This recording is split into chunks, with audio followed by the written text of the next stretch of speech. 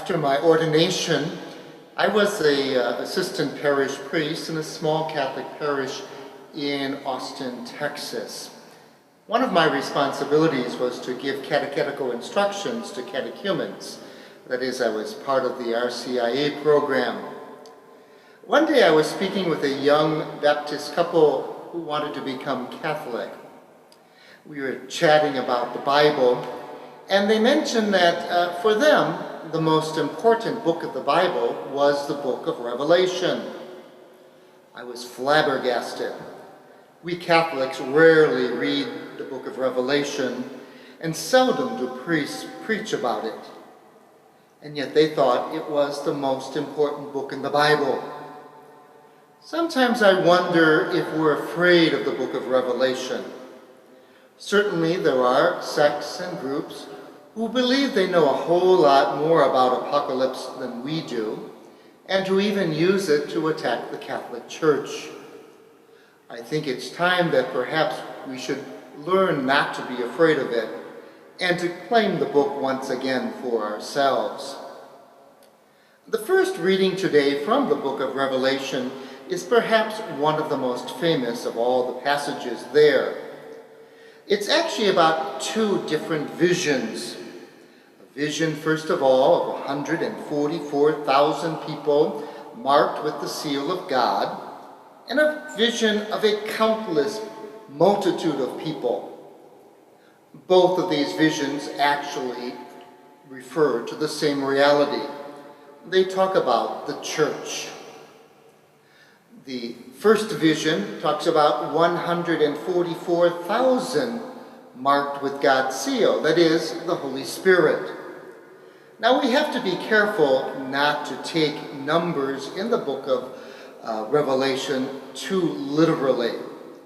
144,000, of course, is 12 times 12 times 1,000.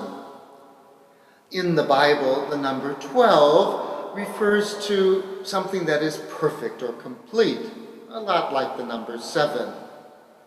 The number 1,000, once again, refers to perfection with rather large numbers. Therefore, 144,000 is actually an ideal number, the perfect number of all those who belong to the church, the way the church is, or at least the way the church should be. Since these 144,000 come from the 12 tribes of Israel, we know that this is a Jewish way of looking at the church. This number includes all the church, all the saints, all of us. The second vision does not have a precise number. In fact, the number is so large that the multitude cannot be counted.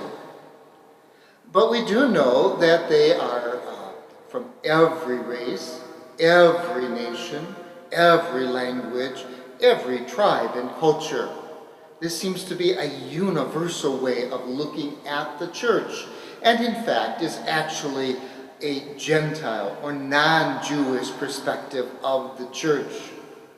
This countless crowd is wearing white robes, a sign of victory over evil, and they bear palm branches, which represents their martyrdom.